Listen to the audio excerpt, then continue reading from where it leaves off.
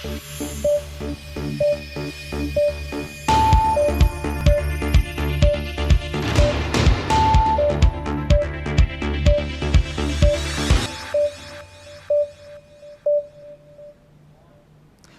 afternoon and welcome to LSJ News. I'm Sebastian Edgington-Cole with your latest headlines.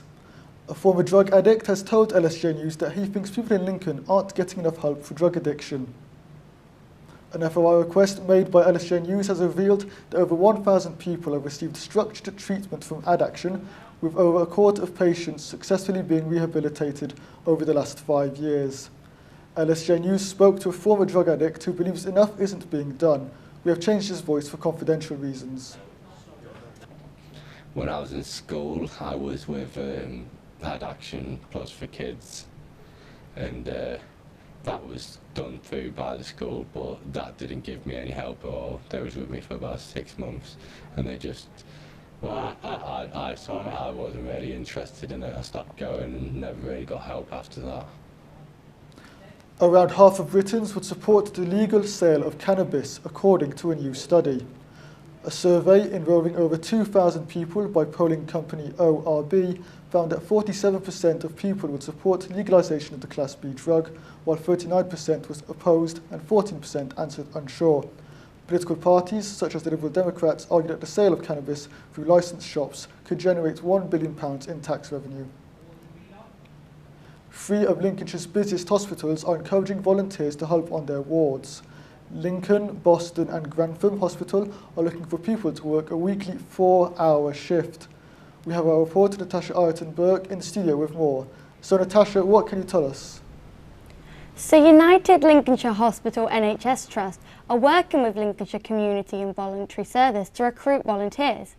The 4-hour shifts are designed to help with duties including helping at patients' mealtimes, getting involved in activities to keep patients entertained, and meeting and greeting patients and visitors. They're looking for 2 volunteers to work in each ward at the 3 hospitals to help out weekly. That's all for now. Back to you, Seb. Thank you, Natasha. Researchers have found that over half of heart attack victims wait more than an hour to get help. The British Heart Foundation said every second of delay in treatment reduces the chances of survival. Nearly half of salvageable heart muscle is lost within an hour. Are you getting enough sleep? Positively Hypnotherapy in Lincoln says they are treating more people than ever before who are struggling to get enough sleep. A recent study by the National Sleep Foundation has shown that a nightcap before bed damages your sleep. The foundation says that alcohol and using phones in bed prevent you achieving a deep sleep. Our vision is something we may take for granted. That's the message a photo exhibition opening today in Lincoln wants to put across. Images for Vision is free to attend, with the processes from the sale of photographs going to the charity 2020, which funds site giving operations in the developing world.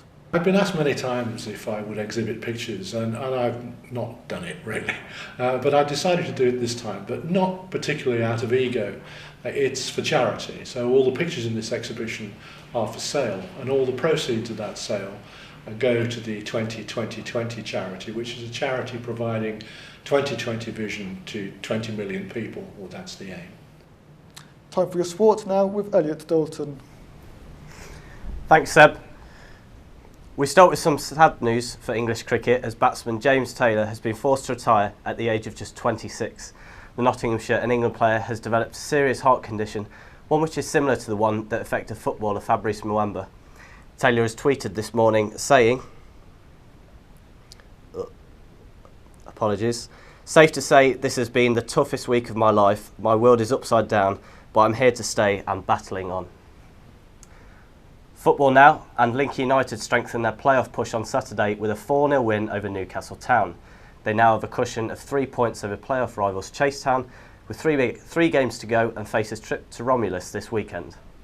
Lincoln took the lead through a Sean Wright header shortly before half-time.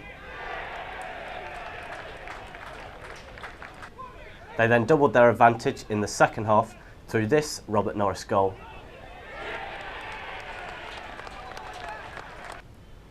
Then a fine individual effort from Matt Cotton made it 3.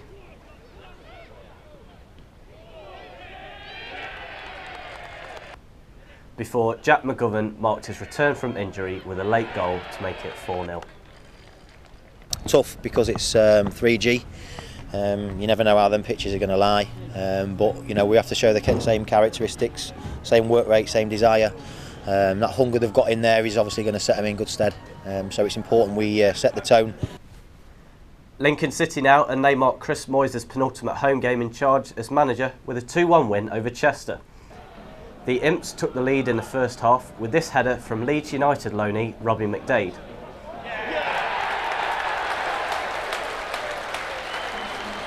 Chester hit back in the second half through James Allaby.